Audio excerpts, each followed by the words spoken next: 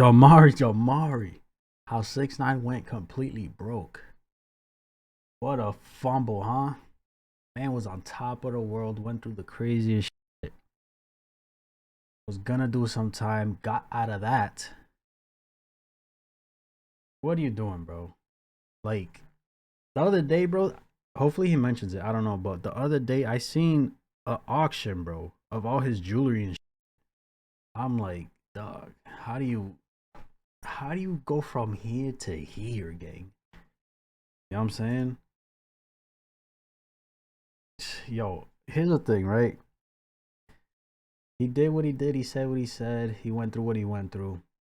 If he was smart with his money, bro, he wouldn't have to make music ever again in his life.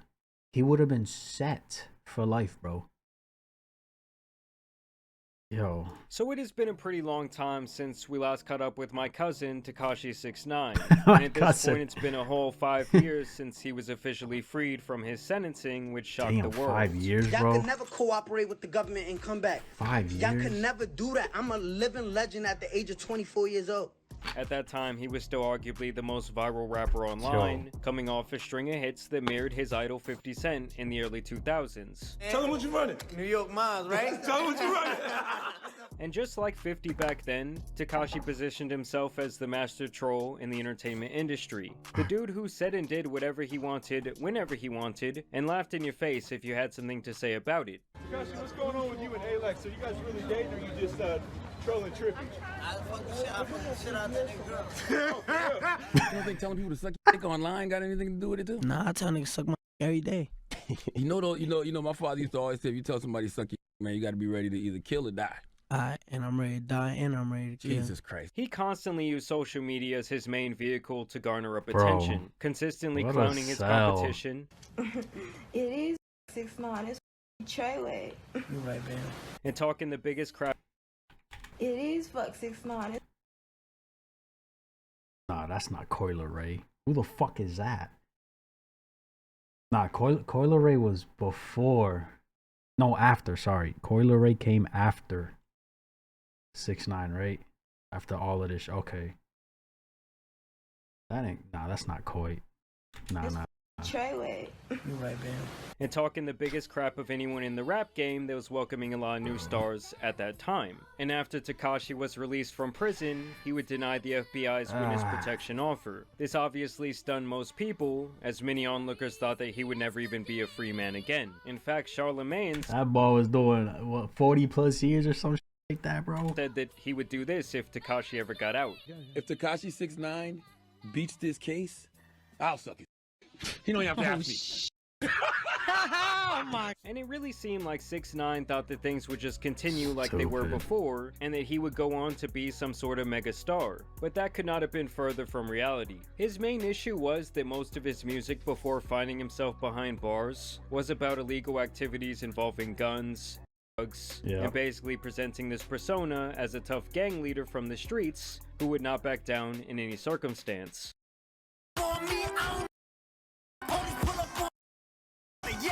So taking a stand and snitching on the entire operation was obviously going to affect the way that he was able to present himself and speak in his music. If you don't got this watch right here, you a little boy to me. I'll kiss you on your forehead. You a little boy.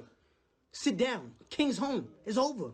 So at this point, the braggadocious antics, both in his music and online, now look more manufactured than anything else. As the tough— See, bro, all the jewelry, the cars, the women, all that shit's cool. It looks fun. It looks fun. It looks cool.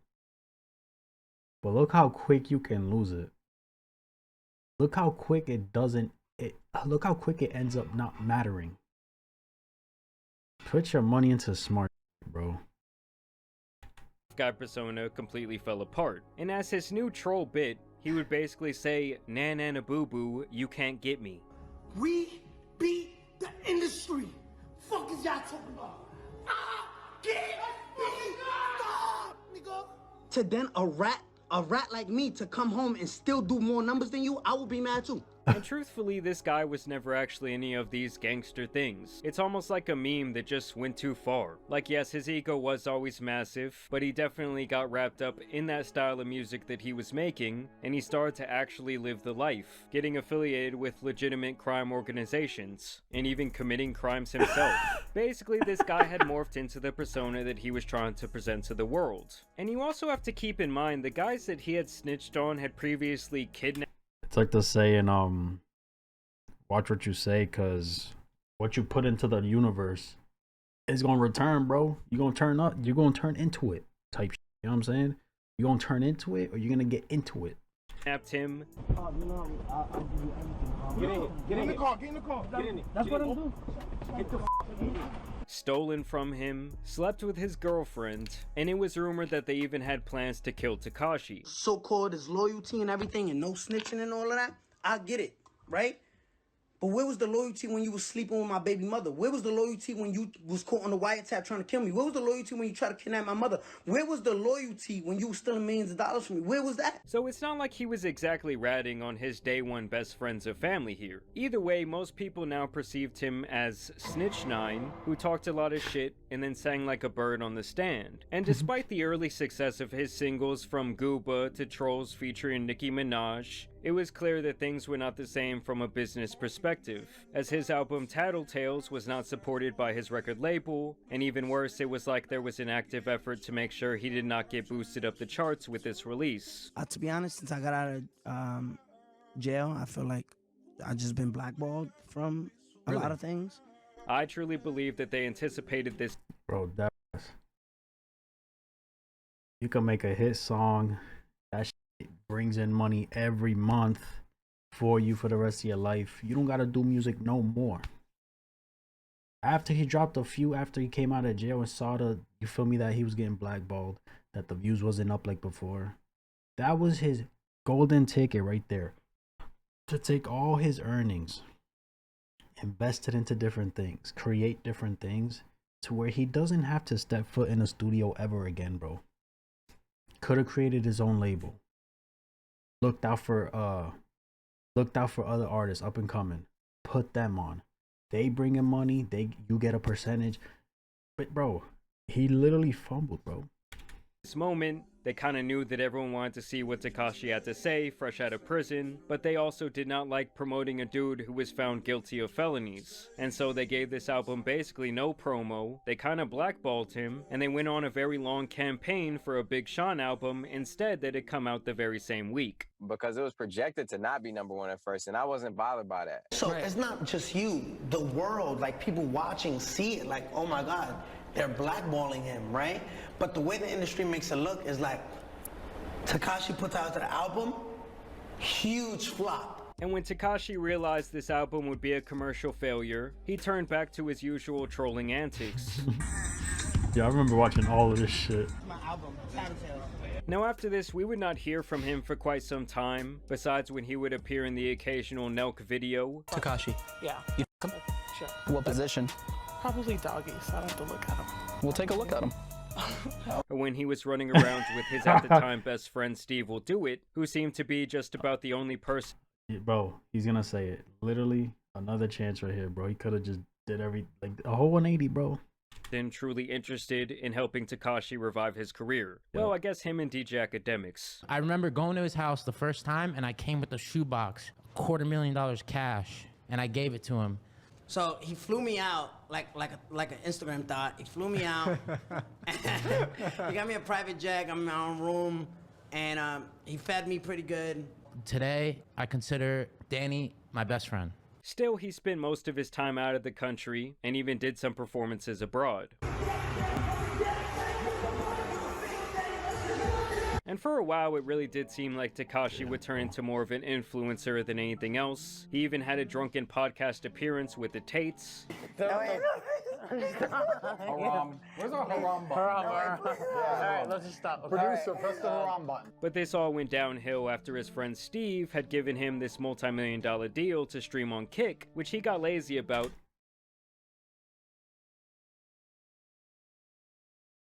What an opportunity. Stream for a few hours, couple days a week. I forgot what it was. and he couldn't do that. Give me that deal. I'll do quadruple, quintuple. Is it quintuple, bro? The amount of hours and days of streaming I gotta do. I'll do it. Same amount. Give it to me. You just need a day or two. I got you. Let me stream all 7 days. Let me get that bread. What do you like? Whoa. Literally, it's like, here you go. Here's $1 million or however many. Here you go. Just do this. Simple, bro. The easiest shit ever. Couldn't do it. Or didn't do it. Doing after one single stream. Sometimes if you don't gotta even pay them, if you just get them enough, you're valid. Allegedly leaving Steve to foot the $2 million bill on the advance they had reportedly given Tekashi up front, since after all, Steve was the one to vouch for him to be on the platform in the first place. So what happened between you and 6ix9ine? I got him a deal, right? To play video games with Rumble? Once a week for an hour. Once a week for an hour. Give me that same deal. I'm doing it 7 days a week. However many hours you need me. And that's out of me wanting to do it. With an advance like that, bro. 2 million, he said? Stop, bro. Easy. Couldn't do it. Are you serious? Damn. 2 million up front and just doesn't do it. He had no money at the time and he needed money to fucking he breaks up with his girlfriend and he needs money to buy Birkin bags for all these black chicks and give away money to make his girlfriend jealous. That's literally like the factual story. He told the company, I need 2 million up front so I can buy a content house. See these videos of him giving away money and stuff, it's never his money. And so this of course ended their friendship, and you really only noticed 6ix9ine going viral when he took time to flash his jewelry, cash, and cars whenever he could. That's your whole fucking, that's your life right there. I spent what y'all rappers make your whole career on bags and I'm giving them shits away. Really still trying to keep up with his I'm winning in your face while you're mad image. And so for a couple of years, it would honestly be pretty smooth sailing for 6ix9ine. Yes, he would get arrested a few times, but mainly for minor things, mostly occurring in other countries. Like I said, he was spending most of his time outside the US, as not only was it probably safer for him, but he also seemed to have steered his entire career and business ventures into the direction of international audiences. This is something many entertainers and even athletes do once their run in America is over, and while he might have had to do this prematurely because of the court case, it's still a very lucrative option that we have seen people use to completely revive their career. I mean, you got that boy Drake Campana going absolutely bonkers over in Mexico. Wait, what? Credencial para votar. He's a Mexican resident. This other rapper I used to know is in fucking China. Now for Tekashi, over time people would notice, and he would even brag about the fact that he no longer needed security with him everywhere he went. What's good, brody? Shit, man, we outside, man. You look, see ain't no fucking security around either. Power, yeah, you already know that. Hey, what's up? Or more than likely, he could no longer afford to do so. I mean, that shit adds up insanely fast. Damn. And for a while there, he was constantly moving homes and having a hard time making money to afford his lavish lifestyle. But obviously, it would be made clear that this was a massive mistake to think that he could just walk around by himself so freely. But got the hand on the grip. Like, that don't look sus. I've been doing this, bro, in that bag. Yo. As he would infamously get beat down in the bathroom of an LA Fitness. Facts. Yo, this is Jump 6ix9ine, bro. Yo, homie, I'm not gonna lie, bro. I'm a fan, bro. Yo, I'm a fan. I'm just saying, bro. I'm a fan, bro. I know, but y'all niggas jumpy, nigga. I ain't jumpy, bro. I'm just saying. And to me, the craziest part in all this is that these were the guys to finally touch Tekashi. Pause. After so many people said it would be on site if he came to their city, these random low-level Mexican gang members were the ones to get the licks in. Pause. And this would definitely be a turning point in his career, as he had long been out of prison after snitching with damn near nothing ever happening to him besides the occasional sucker punch. He would even make a music video about it where he showed his face all fucked up. 2 of them weren't members of the gym. 1 of them was a member of the gym. Yeah. So do you think that they went there intentionally to attack you, or was it a crime of opportunity? A little bit of both. But I will say, this dude can still pack a concert, especially overseas, and he has headlined. Can't take that away from him, bro. The fucking bangers he's dropped before, you can't take that shit ever away from him, bro. But like, you fumbled. Could have been he probably still could have been doing shows and stuff like that with his own music, bro, going crazy, making money.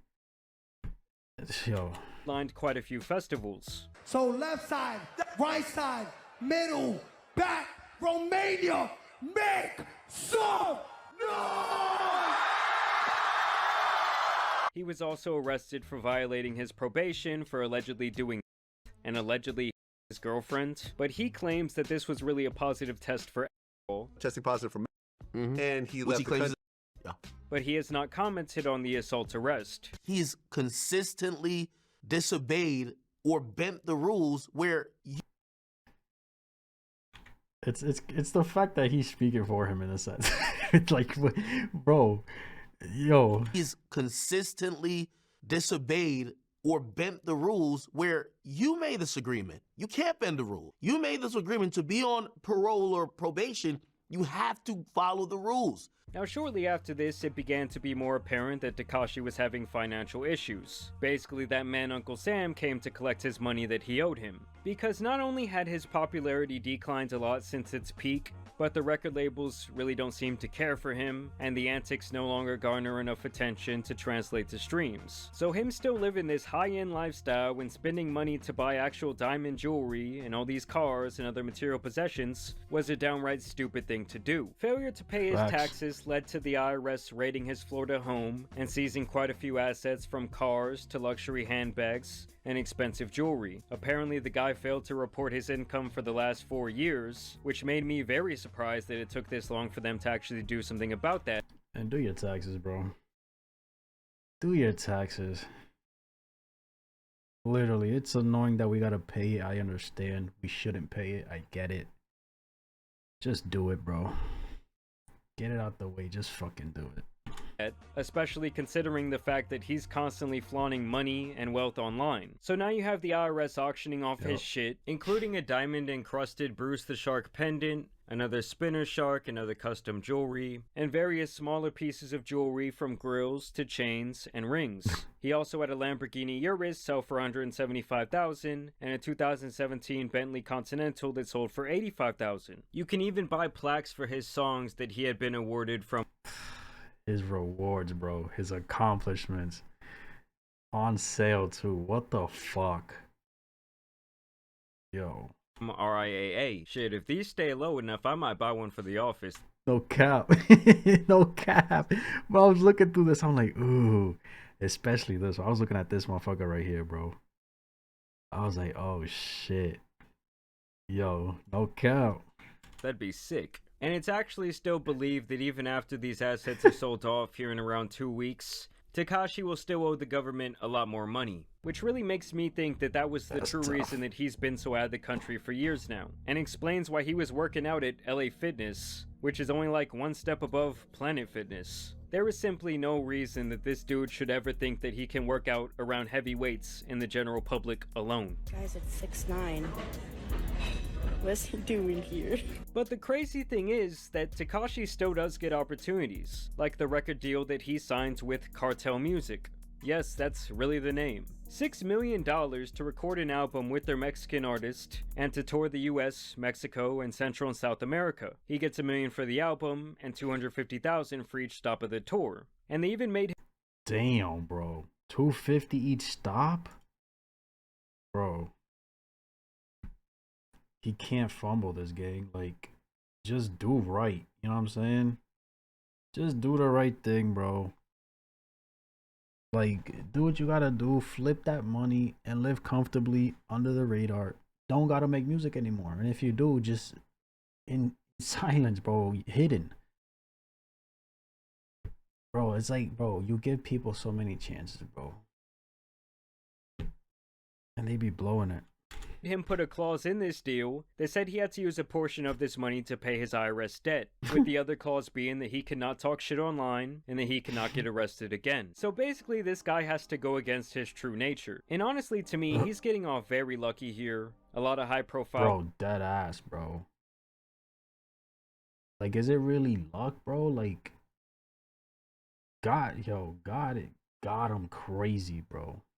People have spent years in prison over tax fraud and tax evasion, and he's actually very fortunate in general to still get this type of opportunity. He was lucky that Trey 9 Bloods did not kill him, he was lucky he was let go a year and a half early on a pandemic loophole, and he's been even luckier that not much had happened to him after this besides the LA Fitness incident, which he is now suing LA Fitness over, by the way, as Tekashi claims that this was a $1 million ass whooping that he took that day. He basically claims that LA Fitness failed to protect him, stating that he basically should have got preferential treatment because of his celebrity status, with his key evidence being that the two men who made it all the way back or have security on you, because that's how you came out with. You came out and you had a bunch of them on you.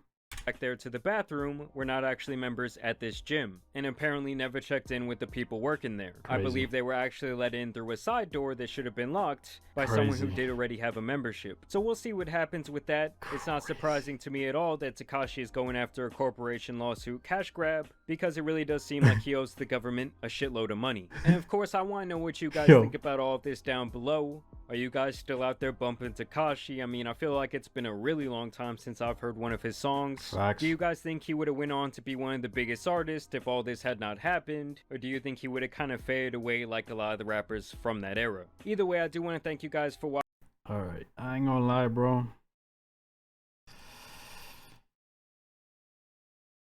Oh man, I couldn't even tell you for real, bro. If he was smart after all these chances, bro, all these chances to make it turn his life around for the better, if he fucks this up, there shouldn't be any more chances, bro. I'm just being real. There should not be any more chances, bro. You selling out, bro. You sold and that's it. Now you fucking deal with it. You know what I'm saying? Because it's like, I don't know, bro. Charlamagne used any excuse to say something. My cousin is crazy. I would have a heart attack if I was 10 million in debt, bro.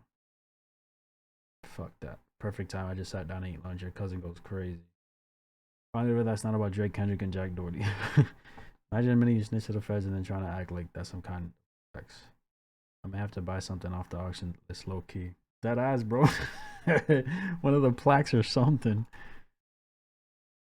This is 6ix9ine's biggest downfall. Call himself the king of New York. He's the biggest clown in New York that's never paid his taxes in 4 years. Embarrassing. Irish don't play. Bro. Literally sold, bro. Selling, sold. Literally, like, they're handing shit to you, bro. Look at all these chances. Look what you gotta do. Simple. And you're not doing it. Give it to me, gang. Bless me. I handled everything. I take care of everything. What is we doing, bro? W video. Let me know what you guys thought.